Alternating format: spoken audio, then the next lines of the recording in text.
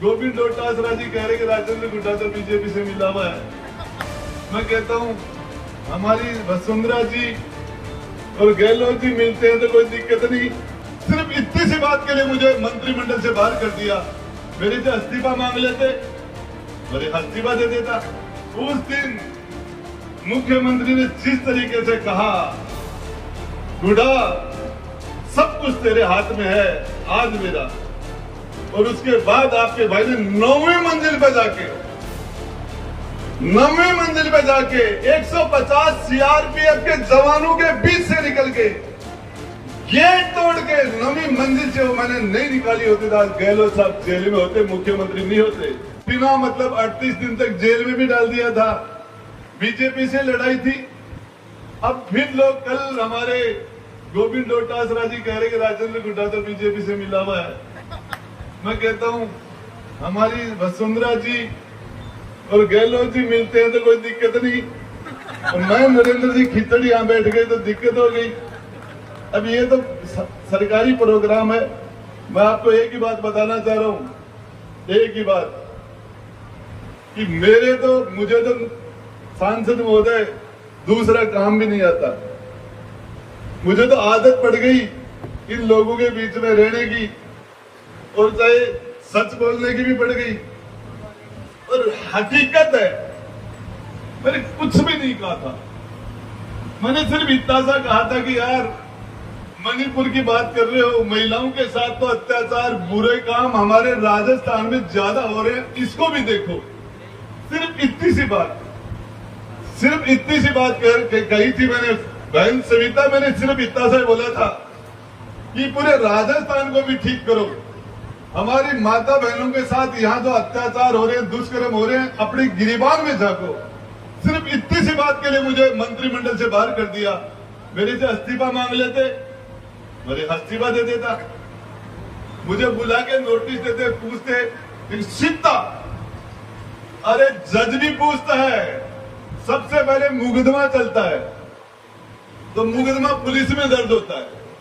उस मुकदमे के बाद में मुकदमे का चालान होता है। छोटे कोर्ट से बड़े कोर्ट में मुकदमा सबमिट होता है। फिर उस मुकदमे के बाद चार्ज लगता है, फिर उसमें गवाह लगते हैं, फिर उसके अंदर सफाई के गवाह लगते हैं, फिर उसमें मुलजिम बयान होते हैं, फिर उसमें आमने सामने वकीलों की बहस होती है। उसके बाद जज फैसला करता है और उस मुकदमे की भी अपील हो जाती है। मुझे तो सीधा ही उड़ा दिया, एक सेकंड में राजेंद्र गुड्डा बर्खास्त।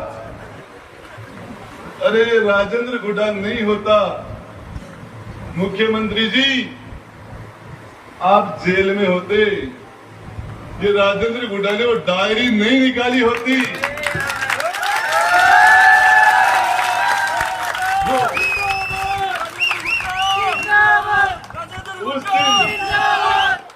उस दिन मुख्यमंत्री ने जिस तरीके से कहा, गुड्डा सब कुछ तेरे हाथ में है, आज मेरा। और उसके बाद आपके भाई ने 9वीं मंजिल पे जाके 150 सीआरपीएफ के जवानों के बीच से निकल के गेट तोड़ के 9वीं मंजिल से वो मैंने नहीं निकाली होती तो आज गहलोत साहब जेल में होते, मुख्यमंत्री नहीं होते। और आपने कहा भी बेटे के जन्मदिन पर आए कि राजेंद्र गुड्डा नहीं होता तो मुख्यमंत्री में नहीं होता। आपने कहा था, ऐसी क्या कह दिया? मैंने तो सिर्फ इतना सा ही कहा था कि राजस्थान में महिलाओं के साथ दुष्कर्म हो रहे हैं। आपने मुझे विधानसभा में भेजा भी इसीलिए था कि मैं वहां जाके सच बोलूं। मैं हमारी बहन बेटियों ने मुझे वोट देके राजस्थान की विधानसभा में भेजा था। हमारी बहन बेटियों ने आपके वोट से मैं विधानसभा में गया था। और उसके बाद में जब आप हमारी बहन बेटियों की हमें हिफाजत नहीं कर पा रहे थे, इनके साथ रोज दुष्कर्म हो रहे थे, तो मैं उस पर बोल गया। राजस्थान की सबसे बड़ी पंचायत में ये मेरा गुनाह हो गया। तो मैं कहता हूं चाहे कुछ भी हो जाए, इस उदयपुरवाटी की जनता आपका प्रतिनिधि हूं, पूरी ताकत से लड़ता रहूंगा।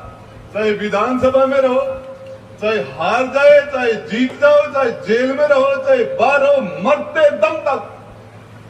दम तक इस उदयपुर वाटी शेखावाटी के लोगों की हिफाजत के लिए आखिरी दम तक लड़ता रहूंगा।